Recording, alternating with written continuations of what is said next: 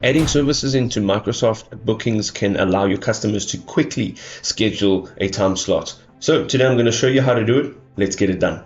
So let's go over to the left hand side. We're going to look for services, and here you can see a list of all your services, and right at the top there's an add new service. Now simply from here you are going to add a service name, so we can go with session, and you can add a description over here. All right, you can then also go down, add a location, and then add the online meeting. You can also change the duration of a session. So if you want to make it, let's say, an hour, and let's just keep that 1 hour. You can also set a price. So you can set it as a fixed price and you can add it in there. You can also then add some notes and the maximum amount of attendees. You can also let your customers manage their own appointments once the booking is done on behalf of your staff, and then you can change the language. Over on the left hand side, you can change the availability options. So your scheduling policy, these are the time increments that will be shown as availabilities. So if you want your bookings to only be 30 minutes or only 15 minutes or whatever the case may be, you can do so. You can then also change the minimum lead time for booking. So this is with regards to cancellations, and then the maximum lead time. There is also some availability options here. So the general availability, this is bookable when only staff are free, or you can say it's not bookable, or the custom hours. You can also set up different availabilities for a date range.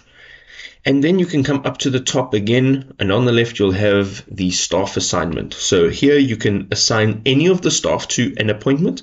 You can assign all of the staff, and then you can also allow your customer to choose a specific staff member for your booking. And if you want to, you can now also manually add that staff member in. There are also some custom fields such as the customer's email, phone number, address, and some additional notes if you want to collect the information and make sure that it is required fields. And then you can click on add custom field over here, which you can go ahead and add a text question or a drop down question. And you can add the questions in over here. And once you've added it in, you can add another and another.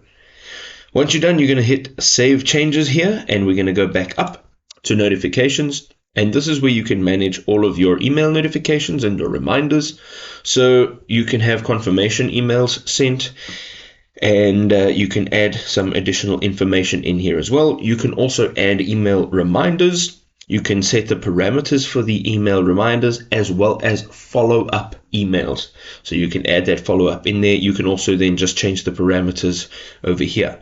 Now on the left side over here, you'll have the default scheduling policy. This is if you don't have any specialized services like what we're creating here, you'll enable this, and this will be your standardized scheduling policy. So once you have created some services, you can basically put this off.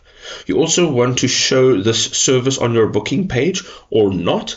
And my suggestion is to show it so that customers or people wanting to book can see this service on your bookings page. Now, once you're happy with all the details that you've added in here, you can go ahead and click on Save Changes, and it'll show up just over here. And if you want to further edit this, you can go ahead and edit the service. You can also copy it if you would like to change very slight details. So you can just make a copy and then edit one or two of the details in over here.